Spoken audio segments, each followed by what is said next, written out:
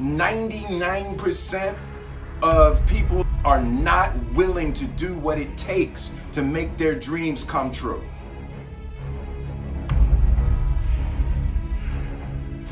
The Marines have a saying, everybody wants to go to heaven, but nobody wants to die. And that's just real. At the center of bringing any dream into fruition is self-discipline. You know, something as simple as food and eating. It's not about your body as much as it is about your mind. It's getting command of your mind to be able to choose actions that are in your own best interest. Every day, we are choosing shit that's not in our own best interest, right? So if the world is attacking you and the world wants to fight you and the world's trying to hold you down, so you're gonna kick yourself in the balls? You're gonna stop yourself from getting what you dream. Self-discipline is the center of all material success. You cannot win the war against the world if you can't win the war against your own mind.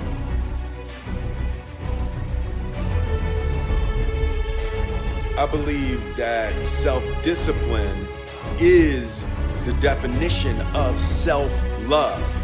That when you say that you love yourself, that means that you have behavior towards yourself that is loving.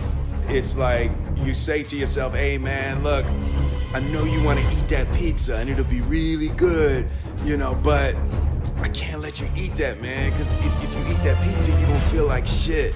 I love you too much to let you eat that.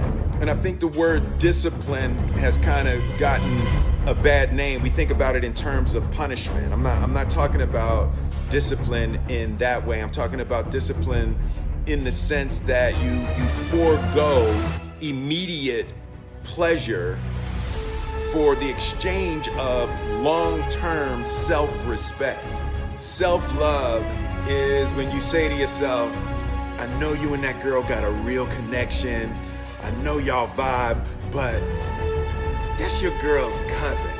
So I love you too much to let you do that. Self-love is, hey, look, I know you got a test on Monday, you know, and I know you really want to go out with your friends. It's Saturday night, you want to go out, but if you fail that test, you're not going to feel good about yourself.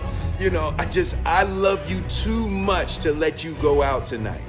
Self-discipline is self-love. If you want to be happy, you have to love yourself, which means you have to discipline your behavior.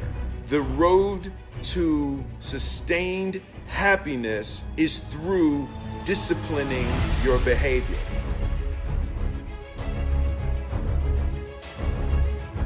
The concept of improving lives runs through the center of everything I do. And then I realized that the way to improve lives is to continually improve yourself.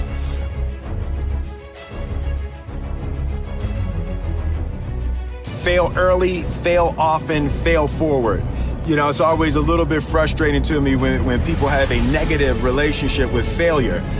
Failure is a massive part of being able to be successful. You have to get comfortable with failure. You have to actually seek failure. Failure is where all of the lessons are. You know, when you go to the gym and you work out, you're actually seeking failure. You want to take your muscles to the point where you get to failure, because that's where the adaptation is. That's where growth is. Successful people fail a lot. They fail a whole lot more than they succeed, but they extract the lessons from the failure and they use that, the energy, and they use the wisdom to come around to the next phase of success. You gotta take a shot. You have to live at the edge of your capabilities.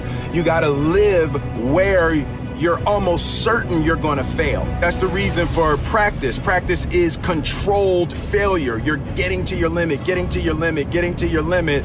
You can't lift that, you can't do that, until you get to the point that all of a sudden your body makes the adjustment and then you can do it. Failure actually helps you to recognize the areas where you need to evolve. So fail early, fail often, fail forward.